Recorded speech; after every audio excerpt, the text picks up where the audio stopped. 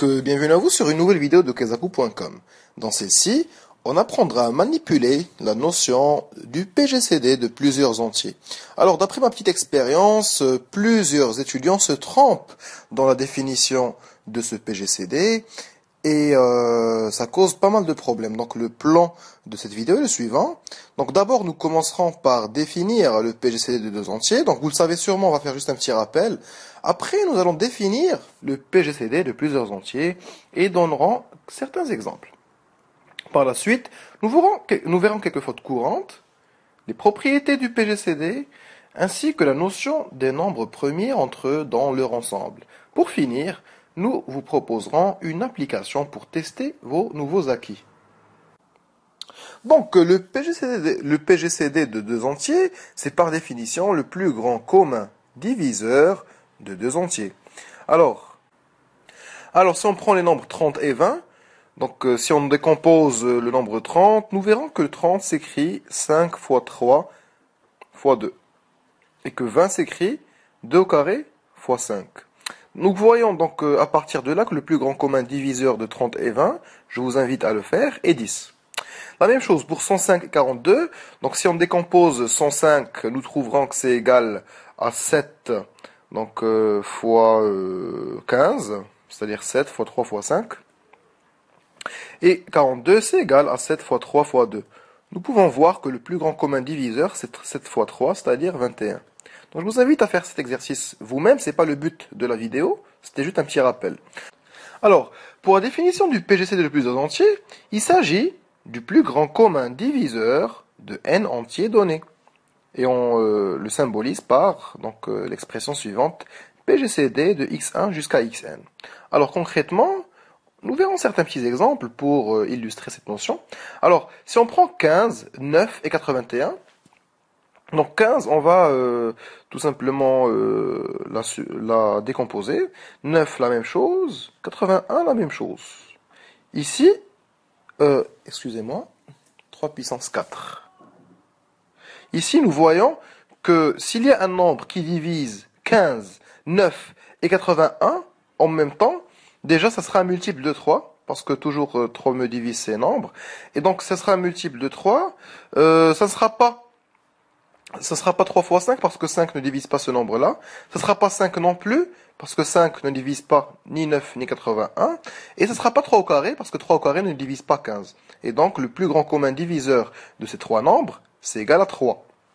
La même chose, pour 60, 72 et 20, nous décomposons. 60, c'est égal à 2 au carré, fois 5, fois 3.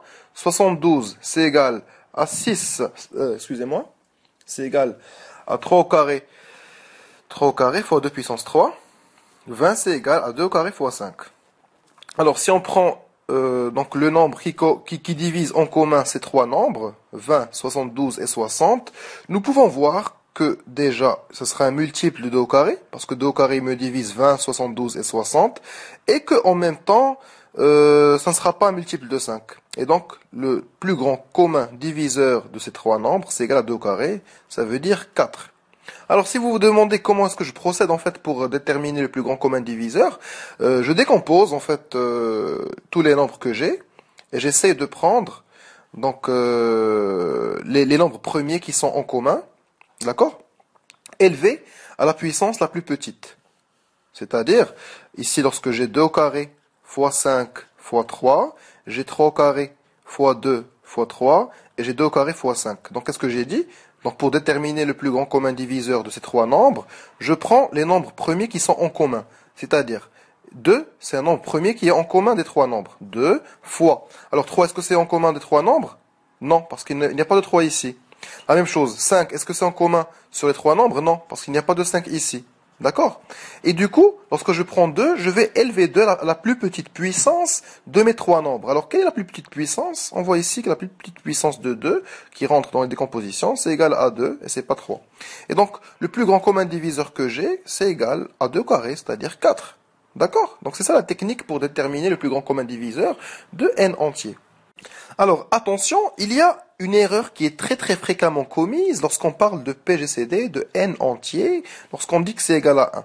Alors, cette notation comment est-ce qu'on l'énonce? Donc en littérature, on dit que les nombres x1 jusqu'à xn sont premiers entre eux dans leur ensemble. Alors faites attention parce qu'une erreur très fréquente, c'est de dire que lorsqu'on va lire cette expression-là, on dira que les xi sont 2 à 2 premiers entre eux. C'est une erreur fatale et qui est totalement fausse. Donc cette proposition est totalement fausse et n'a aucun fondement. Il se peut même qu'il n'y ait aucun couple xi, xj tel que xi est premier avec xj. D'accord? Lorsqu'on va avoir PGCD de x1 jusqu'à xn est égal à 1, des fois, on peut avoir carrément donc tous les couples, tous les couples xi, xj, ne sont pas premiers entre eux. Ce que je veux dire par là. Alors, donnons des petits exemples, en fait, de nombres qui ne sont pas premiers entre eux 2 à 2. En fait, je vais voir carrément un exemple de nombres x1, x2, x3, tel que PGCD de x1, x2, x3 est égal à 1. Et en même temps, tous les xi, xj, aucun d'eux n'est premier entre eux. C'est-à-dire que trois nombres qui ne sont pas premiers entre eux 2 à 2, et où, en fait, carrément, où il n'y a aucun couple qui est premier, où il n'y a aucun couple d'entiers qui sont premiers entre eux, 2 à 2, et en même temps, le PGCD de la totalité, il est égal à 1. Alors, si je prends les nombres 15, 6 et 10, et je procède à la décomposition comme on a vu tout à l'heure, donc 6 c'est égal à 3 fois 2, 10 c'est égal à 2 fois 5. Alors, remarquez avec moi, quel est le plus grand commun diviseur? Nous avons dit, le plus grand commun diviseur, c'est un entier qui est en commun des trois nombres. Alors, si on prend 2, est-ce qu'il est en commun des trois nombres? Non. Si on prend 5, est-ce qu'il est en commun dans les trois nombres? Non, parce qu'il ne figure pas ici.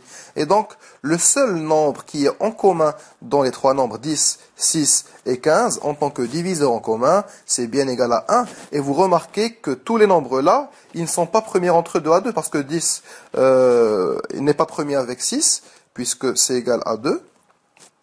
En même temps, 10 n'est pas premier avec 15, c'est égal à 5. Et en même temps, 6 n'est pas premier avec 15, puisque leur plus grand commun diviseur, il est égal à 3 naturellement. Donc voici un contre-exemple de l'erreur fréquemment commise par les étudiants, par vos pairs. Et maintenant, donc, on verra une petite propriété.